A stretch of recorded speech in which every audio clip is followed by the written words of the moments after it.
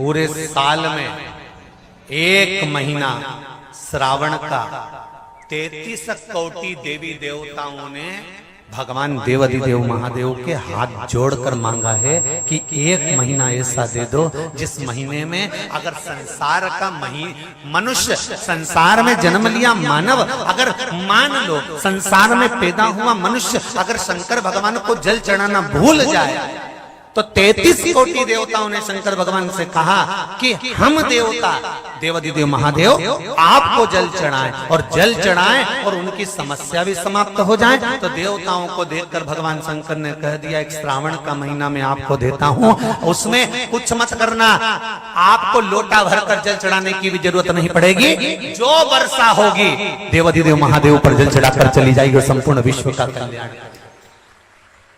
कौन कर रहा है ये? सावन का महीना तुम्हारे लिए और हमारे लिए नहीं आता। सावन का महीना तो देवाधिदेव महादेव के लिए आता है कि आप और हम अगर शंकर मंदिर जाना भी भूल गए, शिव के मंदिर तक भी नहीं पहुंच पाए, शंकर की चौखट तक भी नहीं पहुंच पाए, शिव का स्मरण भी नहीं कर पाए, शंकर का स्मरण हम उसका भजन भी नहीं कर पाए, तो ये देवता भी हमारे लिए भजन कर जाते हैं। तो भगवान शंकर को श्रावण प्रिय है। एक कारण कहा कि मंथन में जो विष निकला उस विष का पान किया और भगवान देवताओं ने मिलकर भगवान शंकर का जलाभिषेक किया। दूसरा कारण कहा माता सती ने शंकर को पाने के लिए श्रावण के महीने में ही सबसे ज्यादा साधना करी है। और क्या करा था माता सती ने?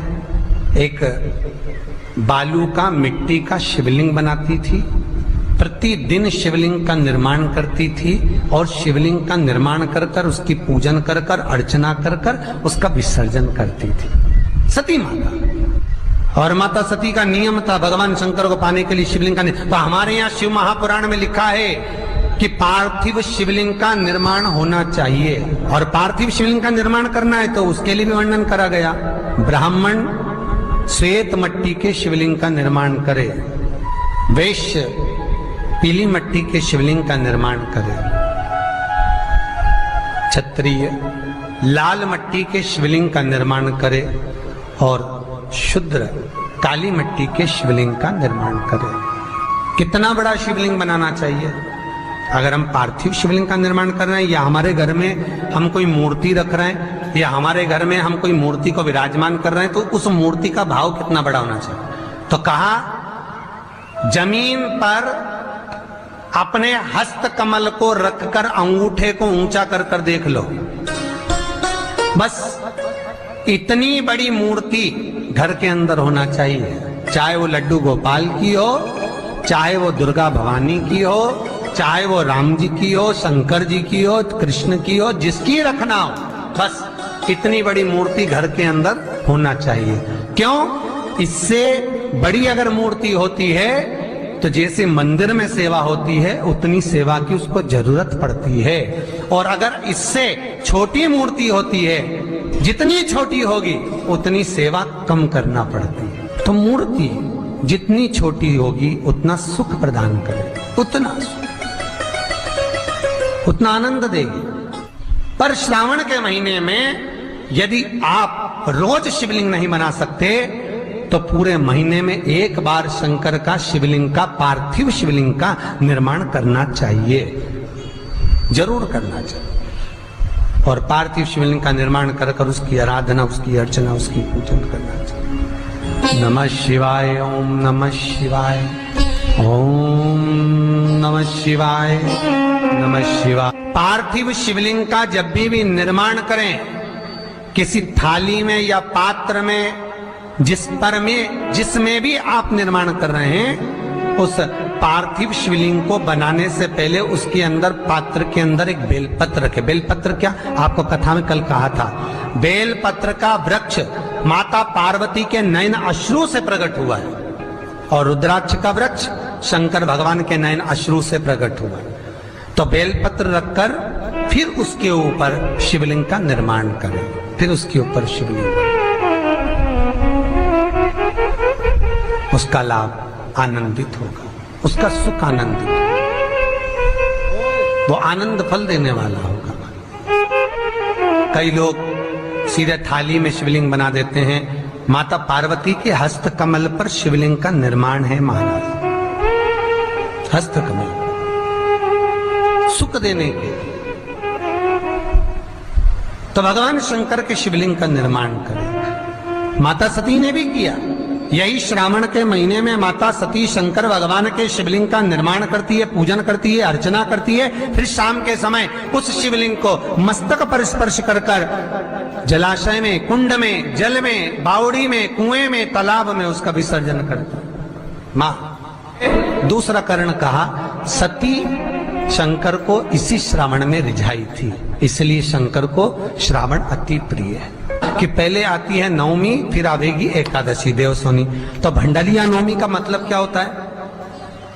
भंडारिया नवमी का स्मरण क्या होता है? अभी आपको कहा था 9 जगह पर बेलपत्र चढ़ती है। भंडारिया नवमी का मतलब ही है ये कि भगवान विष्णु सोने जाने से पहले नवमी तिथि के दिन 9 बेलपत्र भगवान शंकर को समर्पित कर कर भगवान शिव के मंदिर में बैठकर भगवान शंकर की आराधना कर कर भगवान विष्णु लक्ष्मी जी के साथ अपनी सृष्टि का कार्यभार 4 महीने के लिए शंकर जी को सौंप देते हैं भंडारिया नवमी के दिन। और एकादशी के दिन से, देवसोनी एकादशी के दिन जब भगवान सोते हैं, उस दिन से भगवान शंकर पूरे कार्यभार को देखते हैं। पूरे कार्यभार, जब कार्यभार सौंपा गया, भगवान शंकर सृष्टि का संचालन करने लगे, तब ब्रह्मा और विष्णु ने आकर शंकर जी की आराधना यही श्रावण के महीने में करी थी कि आपने पूरा कार्य अच्छे से संभाला, इसलिए शंकर को श्रावण अति प्रिय है। यह तीसरा कारण है शंकर को श्रावण प्रियता का। अब शिव महापुराण की कथा करिए कि शंकर को श्रावण प्रिय चौथा कारण वर्णन करा कि ये कारण भगवान शंकर की आराधना माता पार्वती ने बाल्यपन से करी, खूब करी, खूब दिल से करी। ये कहते हैं कि अगर 1 लाख बेलपत्र समर्पित कर रहे हो और तुम्हारे पास में अगर वो बेलपत्र नहीं है तो तुम 1 लाख मत चढ़ाओ, आप तो 1 बेलपत्र, परंतु वो बेलपत्र भी पूर्ण तरह से साफ, सुंदर, सुरक्षित, खंडित ना हो, वो मुझे समर्पित करो। 1 चावल का दाना चढ़ाओ पर वो खंडित ना हो, 1 फल चढ़ाओ वो खंडित ना हो, 1 पुष्प चढ़ाओ वो खंडित ना हो। शिव कहते हैं मेरे हाथों से मेरा पुत्र खंडित हो गया था, उस दिन से मैंने वचन दिया है माता पार्वती को कि खंडित वस्तु स्वीकार नहीं करूंगा और ना खंडित दूंगा।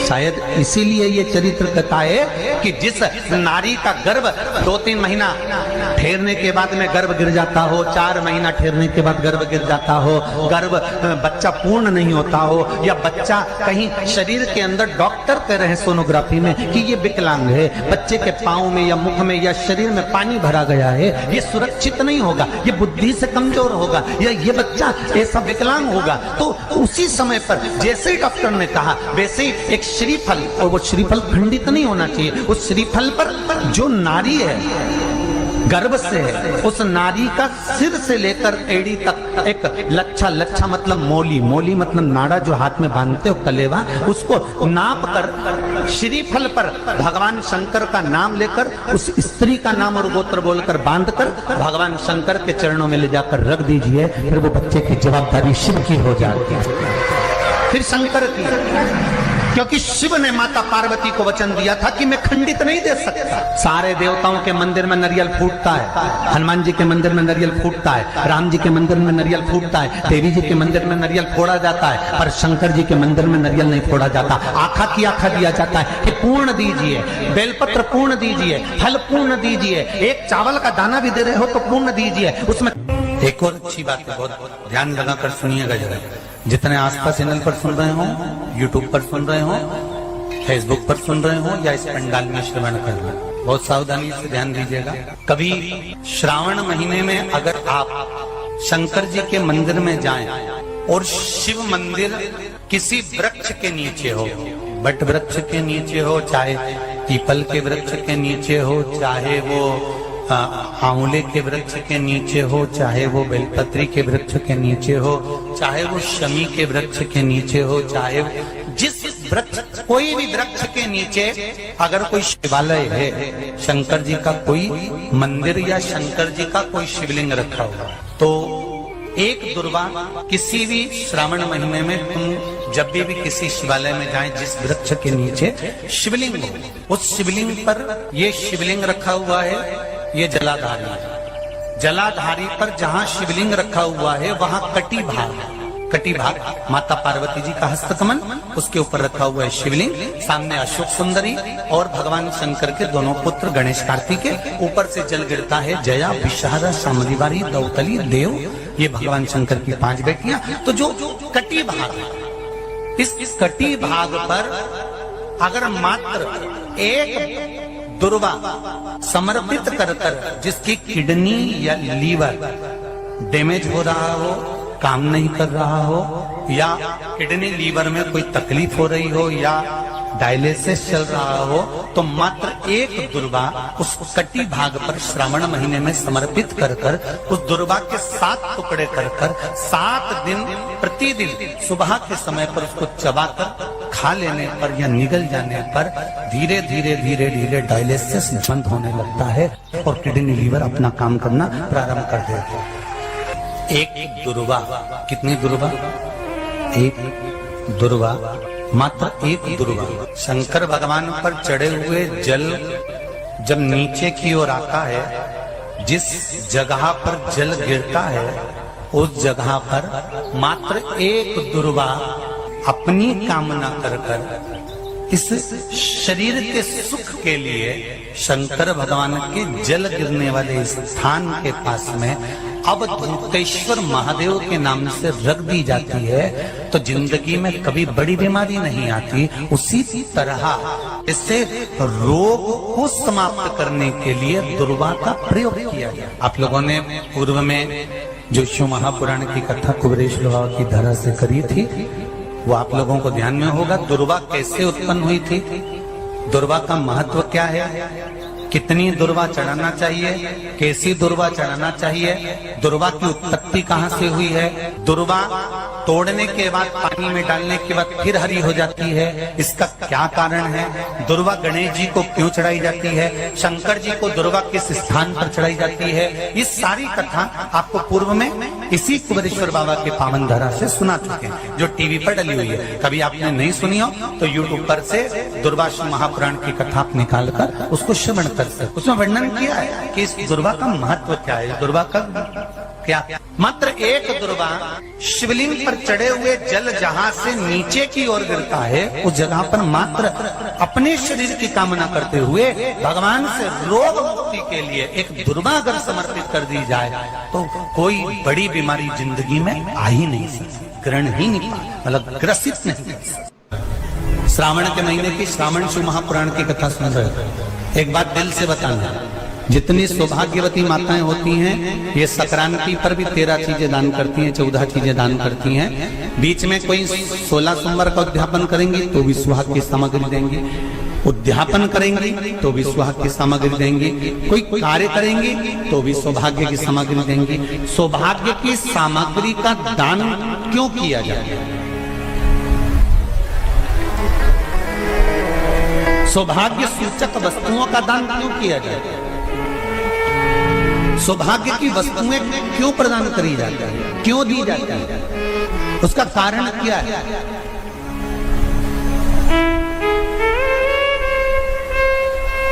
क्यों देते महाराज, भारत की भूमि की सौभाग्यवती माताओं का एक मन की अभिलाषा रहती है, भारत की भूमि की माताओं की एक अभिलाषा रहती है कि जब उसके प्राण छूटे तो अखंड सौभाग्य धारण करके पति के कंधे पर और पुत्र के कंधे पर शमशान पर।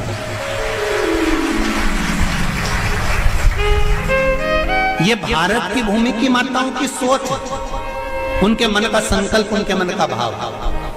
मेरे भारत की माताएं अखंड सौभाग्य की वस्तुएं धारण कर अपने आप को गौरवान्वितता महसूस करती हैं और विदेश की माताएं ये सब वस्तुएं उतार कर गौरवान्वितता महसूस करती हैं।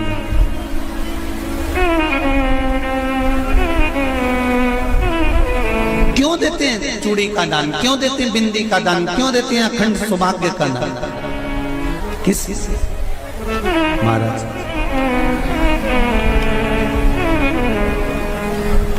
एक एक पांव में जोड़े से बिछुड़ी होना चाहिए,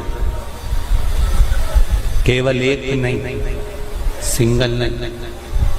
वो तो आजकल का फैशन हो गया महाराज, जो केवल एक बिछुड़ी धारण कर लो उसी में फैशन दिखे।